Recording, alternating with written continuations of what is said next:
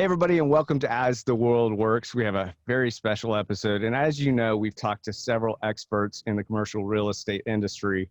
And we're going to expand on that a little bit because we've talked about the idea of technology, design, spaces.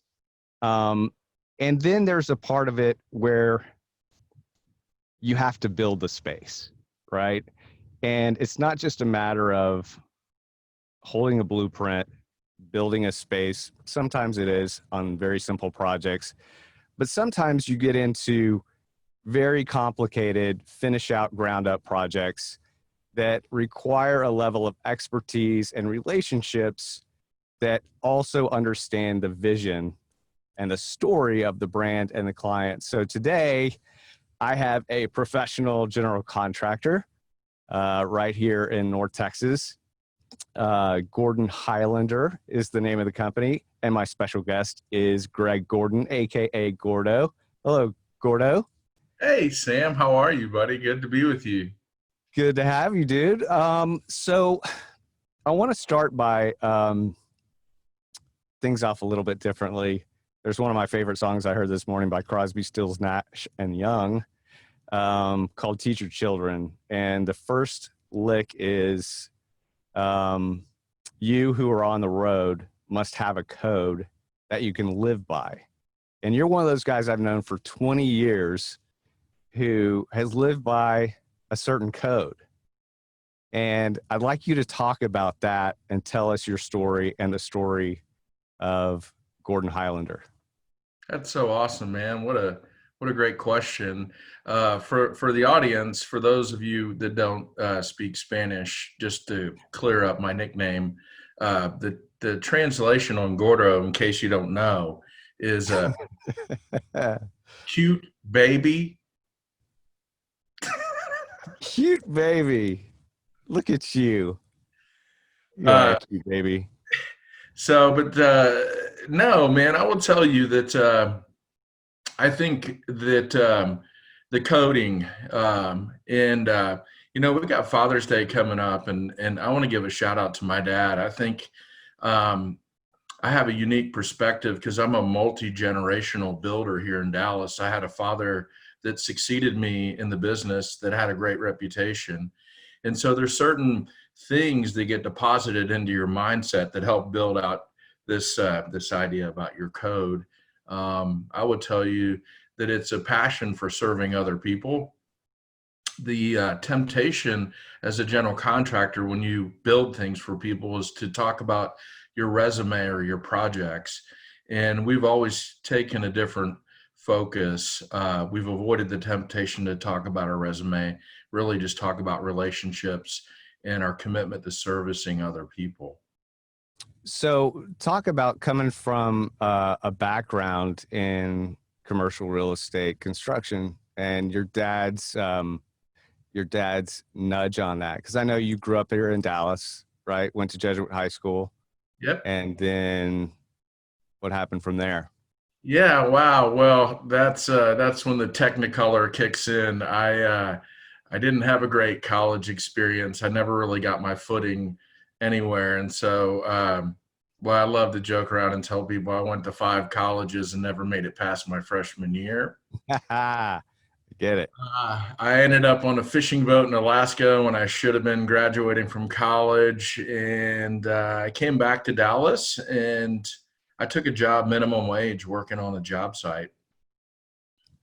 At the time, Dallas had been without any new development for a really long time. And this was the late 90s. And so I went to work working on a shell development that my dad was trying to get out of the ground in North Dallas. So what compelled you to stay? Yeah, I think I spent a lot of time just thinking that the grass was always greener. And I moved around a lot and tried a whole bunch of different things. And I was ready really to just pick something.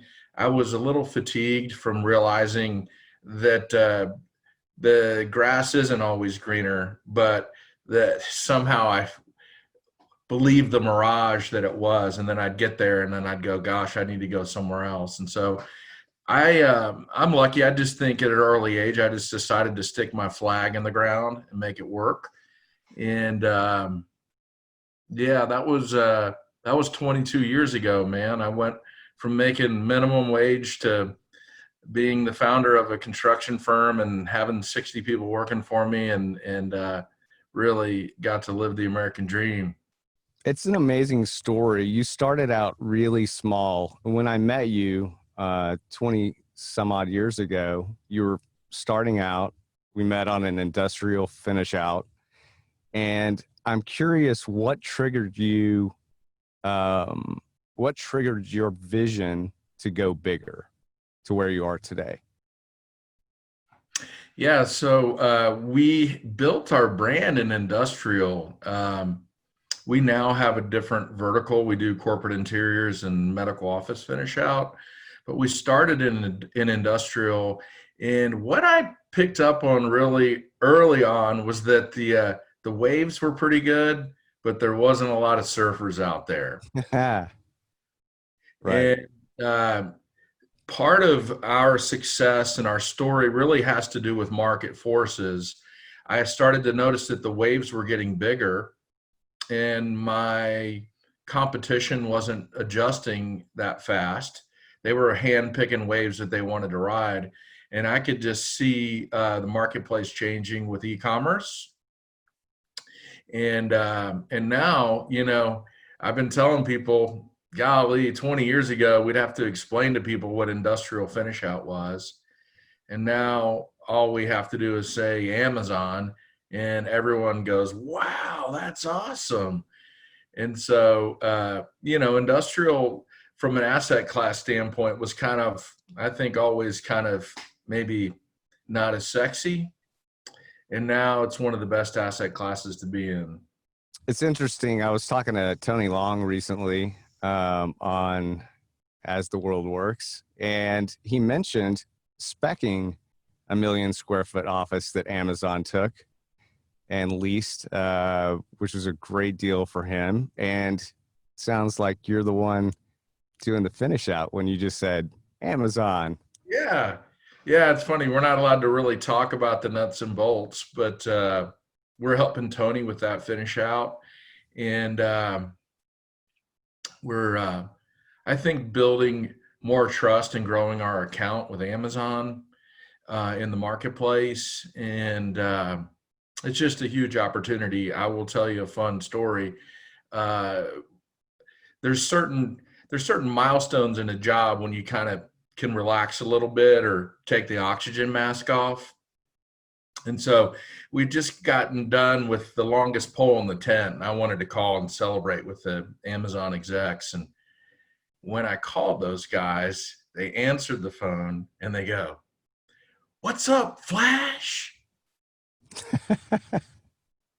And so I told my team, I said, hey, there's some real significance in that. I know my last name's Gordon and, you know, Flash Gordon's is Right. a name. But we just got the biggest and fastest company in the world to call us Flash Gordon. Wow. That's impressive. That's really, so you guys have, you're not only adapting and adaptable, but your speed to market and your speed through the construction process is not just to get it done quickly. First off, you're one of the nicest guys I know.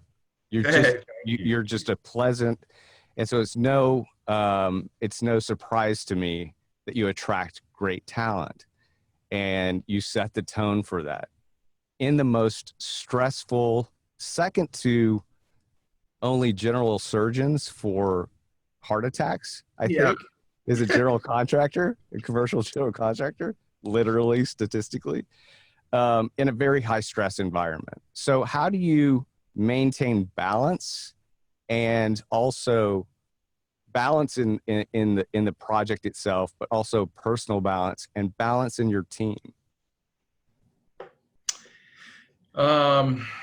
I don't know. I don't talk about balance as much as I just talk about the full integration. Mm. I think sometimes balance makes you feel like that you're standing on a inflatable ball that's covered in grease. Right. Just mentally, you get tired from thinking about how to balance when you can't, and it's all integrated together. And so we've tried hard to build doctrine into the business and have our little battle cries. There's a famous quote by General Patton: "A plan fiercely executed today is better than a perfect plan executed tomorrow." And the art with big e-commerce end users, I think, is you have to be able to hit a moving target. So you got to be able to synthesize a lot of different inputs. There's a lot of different stakeholders. There's a lot of changes, but you have to be able to see the end results, and you just have to know how to fiercely execute and point everyone in the same direction. We don't buy any material or self-perform any work. So some of these jobs, there could be 20 different stakeholders that we're dealing with on the end user side, and then as many as 25 to 30 different subcontractors. And it's just a lot of fierce execution to keep everyone on the same page. How has the recent change in the world because of COVID-19, because of the economy and so forth, but specifically to code and protocol, changed that rhythm, and how have you guys adapted? In a weird way, we're so used to removing obstacles. Those are always in our path, that this became just this other obstacle that we had to figure out how to remove or deal with. And so I just felt a calling to make this about education. And I try to teach my team about how big our ecosystem is. I think if you think about the clients, the architects, the engineers, the subcontractors, the end user, and then you think about the support system for all those businesses, you get an idea about how big the ecosystem is. I was trying to encourage my team to think that in our little ecosystem that we could influence as many as 25 to 40,000 people. Wow. And so what we did right away is we just made education and communication our biggest goal. And so we started shooting videos. As the breaking news came, we would shoot videos in English and in Spanish. And then we turned the video into a little Quizlet. And then we just required that everyone watch it. And my whole kind of push was around this idea that we're only as good as our least educated person in this environment. I feel really fortunate to be considered essential services. So I really wanted everyone to understand that we were lucky to be in business and that we wanted to keep it that way. And so how do you keep that momentum going with the uncertainties of the future without getting overly confident about these big wins? So yeah, that's a good question. So what we did is we just built kind of a team of support around our business. We realized we weren't experts at disinfecting, but we could find them. What if we had an end user that said, "Hey, we need a surgical grade cleanup here, and you've affected our fully occupied 1,000,000 square foot facility." And so we talked to environmental consultants, and we got an idea of how many hundreds of thousands of dollars it would be for us to guarantee to our end user that we could say that we've cleaned it and that we've removed any contaminants. We found a partner in a medical clinic. And so we took the temperature taking away from the stakeholders, and we provided a partner for that. And so we just continue to be prepared and try to ferociously attack, like I'm talking about, all the obstacles that we knew that were going to pop up, and they have. We've dealt with I don't know, more than 10, less than 100 COVID cases on job sites. So the future, I have a couple questions about as I was alluding to a minute ago, the confidence you must feel now in the big wins, are other contractors like yourself or in your atmosphere, Yeah. ethosphere, way Yeah. up there. Yes. I do small Way projects. up there. So, have they found your wave? I think a lot of guys are trying to figure that out, especially ones that are focused in asset classes that are struggling. So we know people are going to come, they're going to come for us. And I will tell you, I believe that competition is the coach's best friend. Mm. And so good competition is healthy. The other thing that's fascinating is if you look at what the economists are saying and how the data is being analyzed, there's a lot of support for a whole bunch of industrial development. Like just in response to coronavirus, potentially the demand is the size of another Dallas Fort Worth Metroplex in industrial development. So there's opportunity that you're perfectly positioned for. Yeah, and there's room for other people too. You just want the right people in there with you. Thanks for the invitation. Be Come on happy over. to. Come on over. Uh, I'll teach you everything I know. fantastic. Yeah, you talk about going from, jumping around in college, what 18, 19-year-old, 20-year-old, 22-year-old. Me, certainly, I didn't know. This isn't a broad judgment or statement because I know plenty that know exactly where they wanted to go. My cousin knew at 5 he was going to be a pediatric dentist, and Yeah. it's one of the biggest practices today. I Awesome. unfortunately did not know at 5 that I would be where I am today. So I had my own path, as I was talking to Tony about. And so to see you sit here today and talk about those uncertain times that created who you are today, and there's really not one path for everyone, what would you tell your children? Wow, dude, you're asking some really deep questions. I'm proud of what you're doing, man. I told you after the deal with Tony Long, I believe that storytelling is the language of the heart, and I love what you're doing because you're breaking bread with people, telling stories, asking great questions, and I think that. Back to the illusion part about the grass is always greener.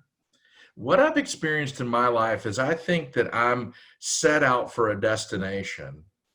Usually, God intervenes and He puts me in a different place. And usually, it's better than the place that I thought I was going to on my own accord. And I don't know, one of my favorite jokes is how do you make God laugh? How do you make God laugh? You tell them your plans. So, yeah, it's interesting. After graduating college myself, you have this from 4 years old till 18, this blueprint. If you take this curriculum, you'll go on to the next level. When that blueprint is gone, you're kind of on your own, right? Yeah. I feel like I'm doing my Christopher Walken with you right now, but I'm not. So who are your influences? Who influences you? Definitely my dad. He's always, and I love to share this with my team. I think when you believe in people and you unlock their spirit, there's an art in that. It's more than just information. It's a relationship. And so nobody has believed in me like my father has. And I think he's also tried to forge his own way. I don't want to idolize my dad. I love him and I want to honor him. But I think he was a little bit of a maverick. He really put the focus on other people, and I think that's a part of our legacy. And so he's been my strategic partner all along. When I wrote my business plan, I shared it with my old man. when I get stuck and I reach plateaus and I'm flat in my growth model, he's saying, hey, it's a combination of not having the right people in the right spot, or you're too far down into the weeds of the business. You got to build autonomy with your teams, and he's always been a great influence for me. So, are you a reader? Do you read books? I'm an Audible guy. I'll get Good into man. books a little bit, but I don't know. I haven't read too many books in my life, actually. For a while, it was one book that I actually What's it, right? was What's like, the the only book I had ever read cover to cover was Catcher in the Rye. That was the only one that captivated me enough. my 4-year-old son was painting himself with his cousin. They were painting themselves the other day. Just paint. And I Yeah. thought of that book. Like, something's gonna go down really.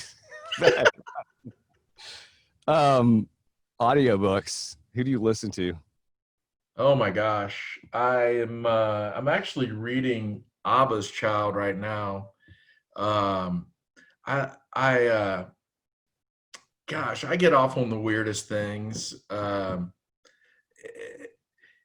I what I really like is I'm a part of a bunch of groups. So I'm in a CEO group. I'm a part of a fellowship that's trying to change the conversation at country clubs. Um, I like participation. I get more from showing up and being around people. I'm the classic enthusiast and extrovert.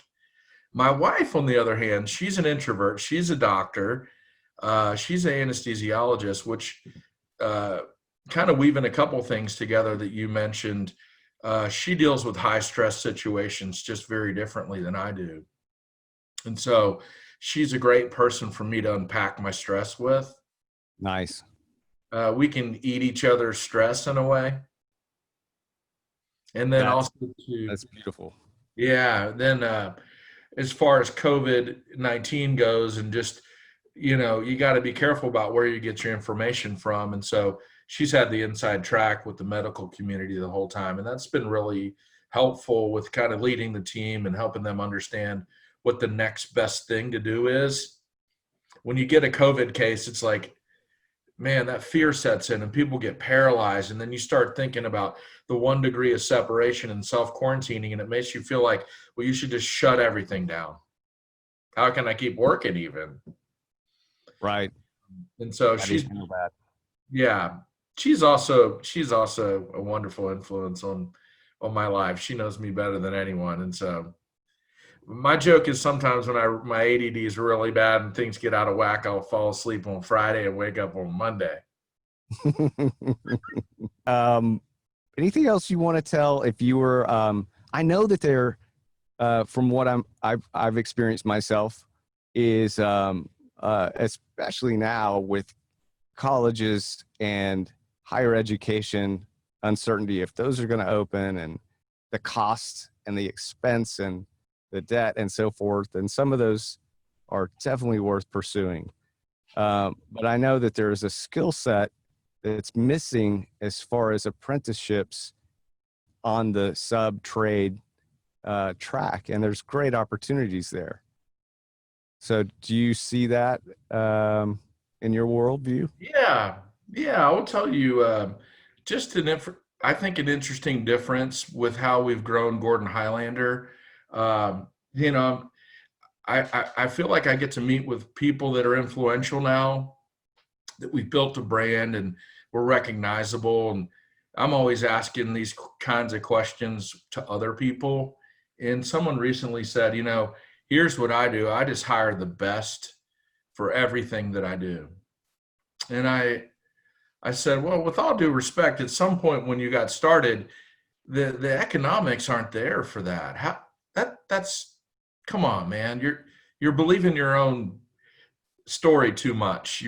You've rolled tape on the same thing too much in your head, because at some point at the beginning it wasn't like that. And so we've always kind of taken a different twist. I believe firmly in trying to bring out the best in other people. That we have a servant leadership style, and that's part of the culture at Gordon Highlander. But if there's an audience member that's listening that's wondering about their path, I will tell you that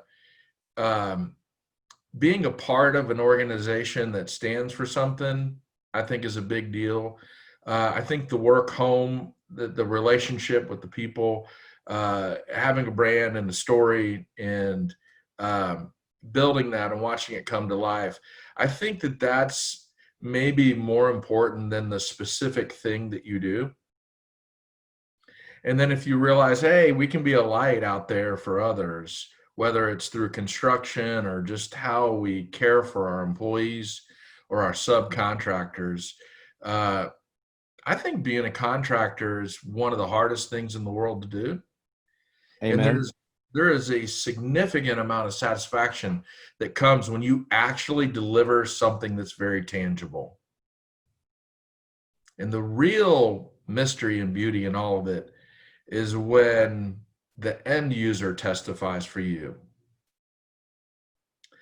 Contractors get stuck a lot testifying about themselves. And I believe my testimony doesn't mean anything. It's the end user's testimony that means everything. And you've got plenty of those now with big voices calling you Flash. Flash. That should be right beside your family, Highlander. Yeah. Like Flash, Gordon Highlander. There it is. You just rebranded. Someone else just rebranded you. So I always know it's time to kind of wrap up when my glasses start fogging up in the studio. They fogged up like 5 minutes ago. You can tell. Is the studio a closet? Come on, tell the truth. Is it a closet, or is it the corner of the bedroom? Yeah, it's grassroots, man. It's I'm in here in a 6x6 closet. Let me send an HVAC guy over there. I think we need to blow some more cool air. Then you'll have the noise. So here it is. Ready? We'll take these off. And I just want to say thank you, Gordo, for being here and being part of this As the World Works. It's been really special having you, and the best of everything going forward, and keep in touch. If anybody needs to reach you or would like to reach out to you and just say hey, or how do they get in touch? So, well, you can go to our website and check us out at www.gordonhighlander.com. There's a lot of beautiful pictures on our website. You can call the office always to get a hold of me, 214-553-6170, and all that information's on the website. So go check us out there. Check us out on our Facebook page, Instagram, all the social media outlets, and Sam, it's cool. I think it's cool having a career-long friendship. Those are the ones that I think are a weird testimony to being in the trenches together and trying hard to serve other people, and just that commitment for excellence. So I'm proud of you, man. I appreciate you reaching out to me, and more to come. Likewise, brother. We'll talk soon. All right, buddy. man. Thank you. Take care. Thank you. Bye. Okay.